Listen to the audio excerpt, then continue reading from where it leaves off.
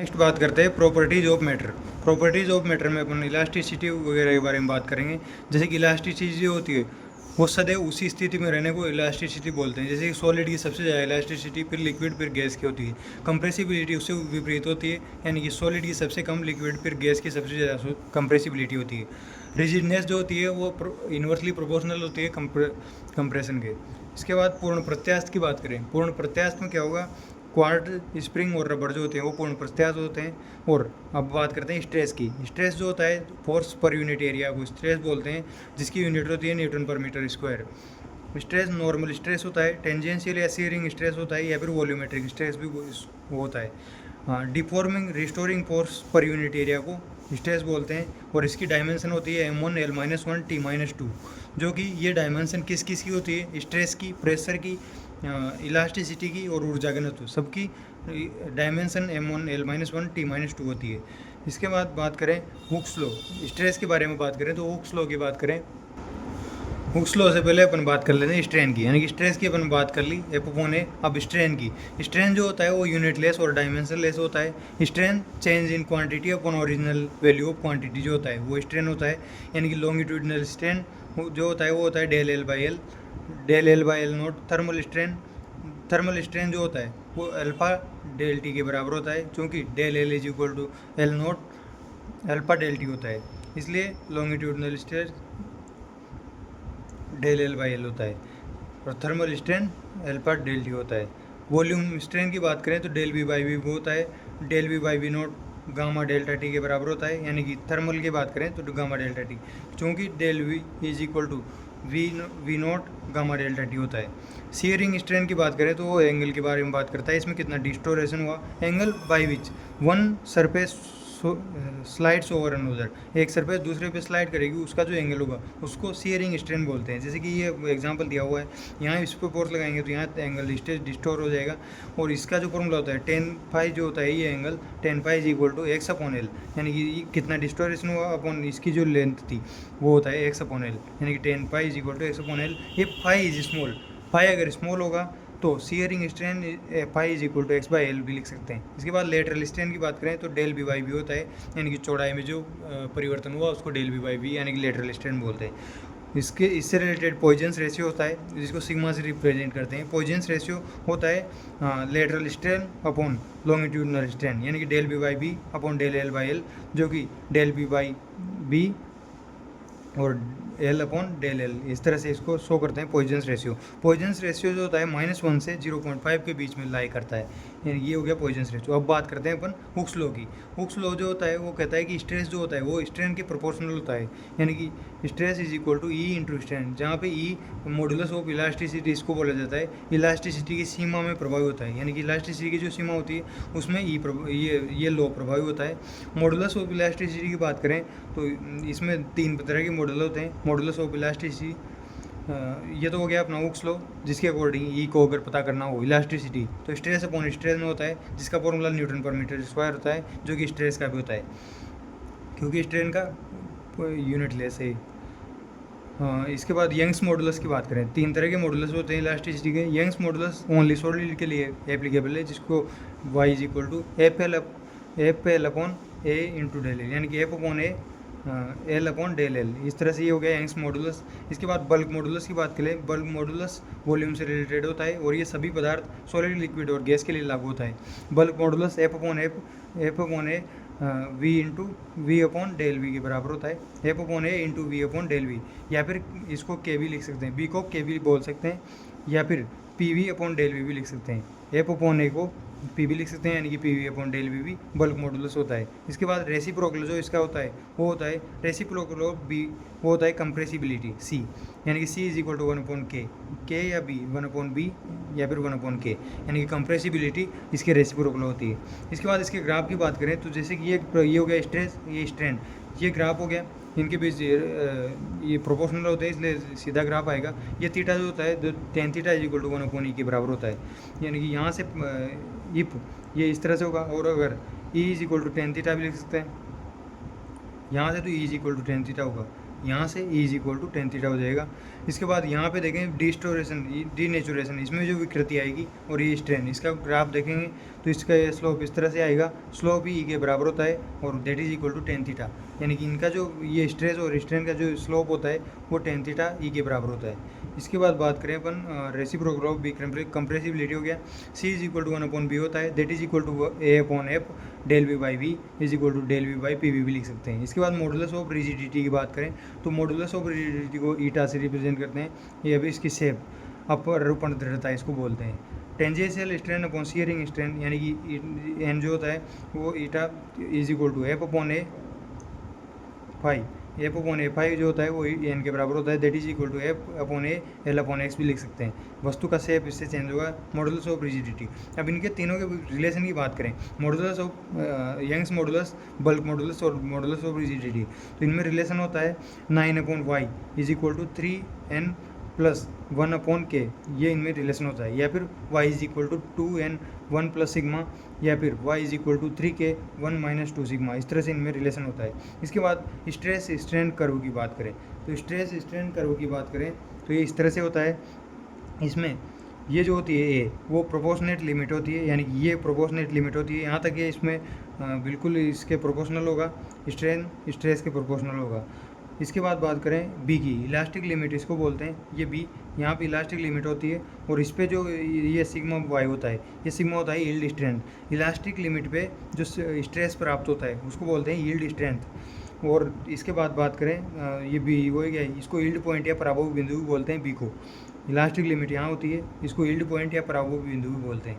ये yield point हो गया बी, यहाँ से अगर इधर जाएंगे यानी कि यहाँ से आगे जाएंगे तो ये प्लास्टिक हो जाएगी बॉडी, और इससे पहले रहेंगे तो इलास्टिक होगी, ये इस तरह से, इधर इलास्टिक इधर प्लास्टिक, ये हो गया यील्ड पॉइंट पराभव बिंदु। इसके बाद बात करें डी और ई के बीच का जो एरिया है, ये यहाँ पे ये सी हो गया। डी की बात करें, पहले तो डी की बात कर लेते हैं। डी जो होता है वो क्या होता है, ये डी ये होता है अपना, यहाँ पे इसकी लिमिट होती है, और डी और ई का जो एरिया होता है वो ब्रेकिंग या फिर फ्रैक्चर लिमिट इसको बोलते हैं। डी ये जो पॉइंट होता है ये होता है फ्रैक्चर पॉइंट। ई की बात करें, ई फ्रैक्चर पॉइंट को इसको बोला जाता है, या फिर डी ये भी फ्रैक्चर पॉइंट है। इसके बीच में भंजन प्रतिबल इसको बोलते हैं। ओ ओडेस, यहाँ पे ये जो अगर इसको ये प्लास्टिक बनने के बाद में इसकी जो सीमा देखते हैं उस सीमा को ओ ओडेस बोलते हैं, यानी कि ये जो है ओ ओडेस, इसको परमानेंट सेट भी बोला जाता है। इज स्मॉलर देन 1% से कम होता है, और स्ट्रेन जहाँ पे ये प्लास्टिक यानी कि इसकी बंजन फ्रैक्चर पॉइंट आ जाता है वहाँ पे 30% के लगभग स्ट्रेन हो जाती है। इस तरह से स्ट्रेस को अगर हटा दें यानी कि स्ट्रेस जीरो करने पर स्थायी सेट स्ट्रेन प्राप्त होगा, इस तरह से ये परमानेंट सेट हो गया। इसके बाद बी डी जो भाग है ये बी और डी, इसका जो भाग है उसमें कम स्ट्रेस देने पर भी वृद्धि से भी विकृति में ज़्यादा वृद्धि हो सकती है, इस तरह से। और जो यहाँ पे ये सिग्मा यू है ये डी पॉइंट पर है, यानी कि डी पॉइंट पर यानी कि ब्रेकिंग पॉइंट पर जो सिग्मा यू है वो है ultimate strength, ultimate tensile strength. इस तरह से ये इसका निरूपण हो गया ग्राफ का। इसकी एप्लीकेशन की बात करें तो shape of O A gives Y, यानी कि ओ ए की जो शेप होती है वो वाई को बता देती है, यानी कि यंग्स मॉडुलस उसमें दिखाता है। For example y1 is greater then y2 in this graph, इसमें जो y1 ने ये स्लोप ऑफ जो है वो है, इसकी जो स्लोप है वो y को रिप्रेजेंट करती है, यानी कि इसकी स्लोप ज़्यादा है इसकी कम है, तो y1 की स्लोप y2 से ज़्यादा हो जाएगी। ब्रिटाइल नेचर की बात करें, इफ ईडी यानी कि ये जो एरिया है ये area is small it is brittle, ये एरिया अगर कम होगा तो ये ब्रिटाइल नेचर होगी। डक्टाइल नेचर की बात करें तो डी एरिया अगर लॉन्ग होगा तो ये डक्टाइल नेचर का होगा, इस तरह से इसको डिफाइन कर सकते हैं। इसके बाद work done in stretching a wire को स्ट्रेच करने पर वर्क डन पता करना हो तो इस तरह से पता कर सकते हैं। W is equal to half of F into X जहाँ पे डेल एल के बराबर होगा। डब्ल्यू जो होगा उसको इलास्टिक पोटेंशियल एनर्जी भी बोल सकते हैं। स्पेशल केस की बात करें तो एनर्जी डेंसिटी यू बार जो होता है वो यू अपॉन बी के बराबर होता है। एकांक आयतन में संचित प्रत्यास्थ ऊर्जा उसको एनर्जी डेंसिटी बोलते हैं। Mass density M upon B होता है, लेकिन energy density U upon B होता है, जो कि उसकी डायमेंशन यहाँ पर हमने देखी थी। इसके बाद डब्ल्यू जो होता है अगर ये कंटिन्यूस हो इस तरह से तो इसका ग्राफ जो इसका एरिया होता है वही अपने को क्या देगा, वर्क देगा एफ इंटू एक्स के बीच में। तो W is equal to F X होता है, जो कि एरिया जो वेरिएबल फोर्स जो होता है उसके लिए है। ये अपना वर्क डन हो गया। स्ट्रेचिंग वायर ये क्या होता है, आइडियल फ्लूइड के लिए बीटा इनफाइनाइट होता है और शियर मॉडुलस शियर मॉडुलस 0 होता है, यानी कि आइडियल फ्लूइड के लिए बीटा इनफाइनाइट और शियर मॉडुलस 0 होगा। इस तरह से ये अपना विश्लेषण हो गया। इसी इलास्टिसिटी के बारे में अगर डिटेल से बात करें तो इलास्टिसिटी कंप्रेसिबल लिक्विड के लिए वॉल्यूम कोफिशिएंट इलास्टिसिटी जो होता है वो अनंत होता है, यानी कि जो कि अपने वो देखा था कंप्रेसिबल लिक्विड जो होता है उसके लिए वॉल्यूम कोफिशिएंट या फिर इलास्टिसिटी अनंत होता है। जैसे कि ये ग्राफ में देखें तो यहाँ ये विकृति हो गया, डीनेचुरेशन, ये स्ट्रेस हो गया, ये θ1 θ2 धातु 1 धातु 2। तो अब इससे अपन क्या पता कर सकते हैं कि Q1 θ1 जो है θ1 2 से ज़्यादा है, तो E1 जो होगा इलास्टिसिटी यानी कि मजबूती वो E1 की ज़्यादा होगी, यानी कि धातु 1 की मजबूती धातु 2 से ज़्यादा होगी।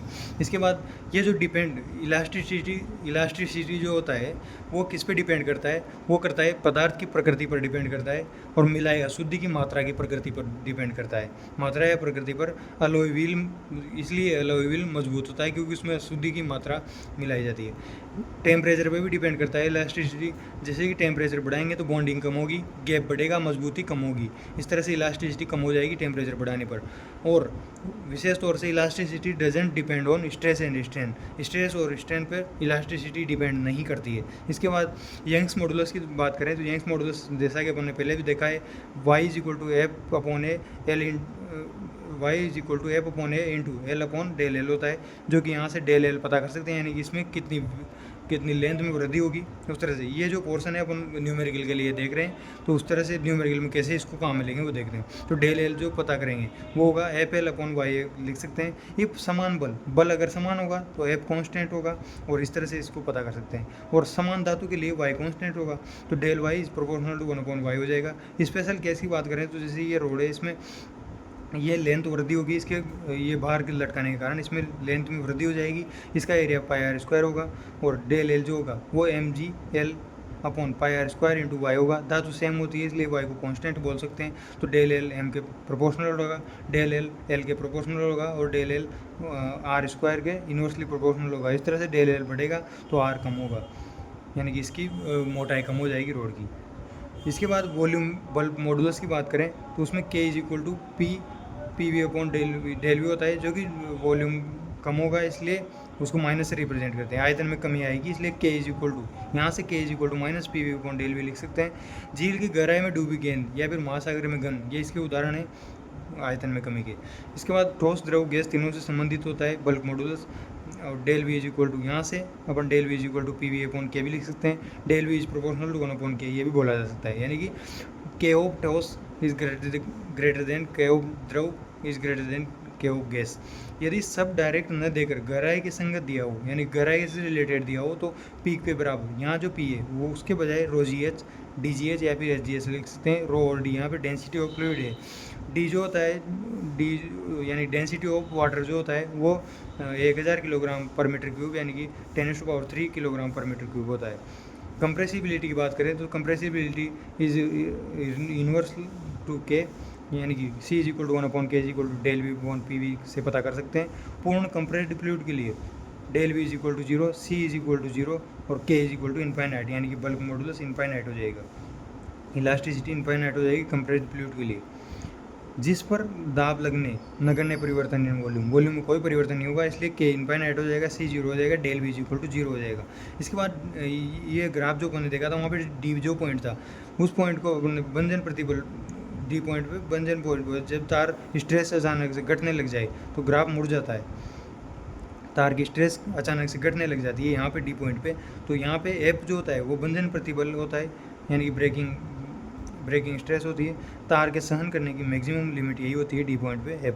तार का भंजक प्रतिबल ब्रेकिंग जो स्ट्रेस होता है उसके बारे में बात करें तो स्वयं के भार के कारण ब्रेकिंग स्ट्रेस कितना होगा, जैसे कि एग्जांपल लिया गया है यहाँ एरिया A/L की बात करें तो मास जो होता है AL × D, यानी कि मास को DAL भी लिख सकते हैं। तो यहाँ से बात करें स्वयं के भार के कारण तो S जो होता है breaking stress that is equal to DAL.G। इसको सोल्व करने पर SB यानी कि ब्रेकिंग जो स्ट्रेस है that is equal to LDG। तार की जो लेंथ होगी वो होगी ब्रेकिंग स्ट्रेस अपॉन DG। इस तरह से इसको लेंथ को पता कर सकते हैं ब्रेकिंग स्ट्रेस अगर दिया हो तो। तार के टूटने की शर्त क्या है कि एक्सटर्नल स्ट्रेस ब्रेकिंग स्ट्रेस से ज़्यादा होगा तो तार टूट जाएगा, और नहीं टूटेगा कब, जब ब्रेकिंग स्ट्रेस इसे एक्सटर्नल स्ट्रेस से बराबर होगा या फिर ज़्यादा होगा तो तार नहीं टूटेगा। टूटने के लास्ट जो स्टेज होती है, जस्ट टूटने वाला हो, तो ऐसी एस बी के बराबर होगा। इसके बाद लटके तार के स्वयं के भार के कारण लंबाई परिवर्तन। ये तार लटका हुआ है, इसका स्वयं के भार के कारण कितना लंबाई परिवर्तन होगा वो अपन देखते हैं। यहाँ पे जो एफ होगा that will be equal to M G. F जो होगा वो एम जी के बराबर होगा, खुद के भार के बराबर। डी ए एल इंटू जी भी इसको बोल सकते हैं, यानी कि डी ए एल तो एम हो गया इंटू जी। यहाँ से अगर इसको सोल्व करें तो Y F upon A into L upon del A होता है। यहाँ पे जो एल लेंगे, ध्यान देने की बात है कि ये इस तरह का वायर होगा, तो ध्यान देने की बात ये है कि एल जो लेंगे वो L/2 लेंगे, क्योंकि इसका सेंटर ऑफ मास लिया जाता है रोड का, न कि पूरी रोड की लंबाई। तो सेंटर ऑफ मास L/2 लेंगे, वो इसमें विशेष ध्यान रखें। इसके बाद सोल्व करेंगे तो अपन इसको पता ही कर लेंगे, पता कर ही लेंगे, यानी कि डेल एल इससे यहाँ से पता चल जाएगा कितनी लंबाई वृद्धि होगी। इसको सोल्व करने के बाद ये आप इधर आ जाएगा, और इस तरह से डेल एल जो होगा वो half of F L upon A Y के बराबर हो जाएगा। इस तरह से न्यूमेरिकल सोल्व कर सकते हैं। अब बात करते हैं एनर्जी डेंसिटी। एनर्जी डेंसिटी जैसे पहले भी देख चुके हैं, यू अपॉन वी होता है, half of F del L upon A L भी लिख सकते हैं, यानी वी को ए एल लिखेंगे तो एफ अपॉन ए ये होता है स्ट्रेस, यानी कि इसको ऐसे भी लिख सकते हैं। जो एनर्जी डेंसिटी होती है वो half of stress into strain भी लिख सकते हैं। ये स्ट्रेन होगी, ये स्ट्रेस हो गया, तो half of stress into strain. अगर स्ट्रेस को वाई इंटू स्ट्रेन लिखें तो energy density half of Y into strain का स्क्वायर हो जाएगी। पुट अगेन स्ट्रेन को स्ट्रेस अपॉन वाई लिखें तो क्या होगा, एनर्जी डेंसिटी जो है half of stress square upon Y हो जाएगी। इस तरह से इनको कन्वर्ट कर सकते हैं। And W is equal to energy, potential energy is equal to half of F into del L होती है। ये हो गया। अब टॉर्सन ऑफ सिलेंडर की बात करें, सिलेंडर में अगर कोई टॉर्सन हो जाएगा, जैसे कपड़े को नीचे ओढ़ते हैं, वो उसका एग्जांपल हो गया, इस तरह से नीचे ओढ़ते हैं, तो उनके बीच में दो एंगल बनेंगे। एक तो फाई जो कि सीयर एंगल होगा, और एंगल ऑफ ट्विस्ट जो एंगल होगा इस तरह से, एंगल ऑफ ट्विस्ट आर में बनेगा और फाई एंगल एल लेंथ में बनेगा। इस तरह से दो एंगल बनेंगे, दोनों की चाप कॉमन है, चाप सेम रहेगी। कोण जो होता है वो चाप अपॉन त्रिज्या होता है। तो फाई अपॉन जो थीटा की बात करें तो phi upon theta 1/L upon 1/R हो जाएगा, और फाई अपॉन थीटा इस तरह से R/L हो जाएगा, और phi is equal to R/L into theta हो जाएगा। इस तरह से अपन इसमें टॉर्सन पता कर सकते हैं सिलेंडर का, या फिर कोई भी एग्जांपल हो इससे रिलेटेड। अब बात करते हैं एप्लीकेशंस की। इसकी एप्लीकेशन कौन कौन सी है, जैसे क्रेन की केबल का मोटा होना। क्रेन की केबल मोटी होती है क्योंकि अगर फोर्स जो होता है वो एक प्रोपोर्शनल होता है, यानी कि मोटी होगी तो फोर्स भी ज़्यादा होगा, तो एस ब्रेकिंग इंटू ए होता है। इस तरह से क्रेन की केबल मोटी होती है। टी शेप का गर्डर, पिलर या फिर रेल की पटरी जो होती है वो टी शेप की होती है, क्योंकि टी शेप में क्योंकि अवनमन जो कोण होता है ये इस तरह से झूल जाएगी उसकी वजन के कारण। जो ये गामा अवनमन कोण जो होता है वो WL इस तरह से दिया जाता है, WL³ अपॉन 4B D³ यहाँ पे जो डेल शुड, ये डेल शुड भी स्मॉल, ये कम होगा तो अपने लिए फ़ायदा होगा, क्योंकि जितना कम झुकेगा वो सही रहेगा, ताकि मजबूती अधिक हो। इससे मजबूती अधिक होगी तो धातु, इससे क्या होगा, इसका अगर फॉलो करें इस फॉर्मूले को, तो उसके लिए ये टी शेप किस लिए बनाई जाती है, क्योंकि एक तो धातु की बचत हो जाती है, इसकी जो चौड़ाई होती है वो अधिक होती है, क्योंकि चौड़ाई अधिक करेंगे, बी अगर ज़्यादा होगी तो डेल कम हो जाएगा, तो यहाँ से चौड़ाई अधिक होगी तो डेल कम हो जाएगा, भार का वितरण हो जाएगा। गहराई अगर ज़्यादा होगी, DB अगर ज़्यादा होगा तो डेल कम होगा, और इस तरह से मजबूती ज़्यादा होगी। Del is proportional to 1/D³ होता है। इस तरह से इस फॉर्मूले से इसकी टी शेप होती है। इसके बाद थर्ड एग्जांपल है समान द्रव्यमान का खोखला जो पाइप ठोस होता है, यानी कि समान द्रव्यमान का खोखला पाइप ठोस की तुलना में अधिक मजबूत होता है, क्योंकि उसमें भी ये वाली एप्लीकेशन काम आती है स्ट्रेस वाली।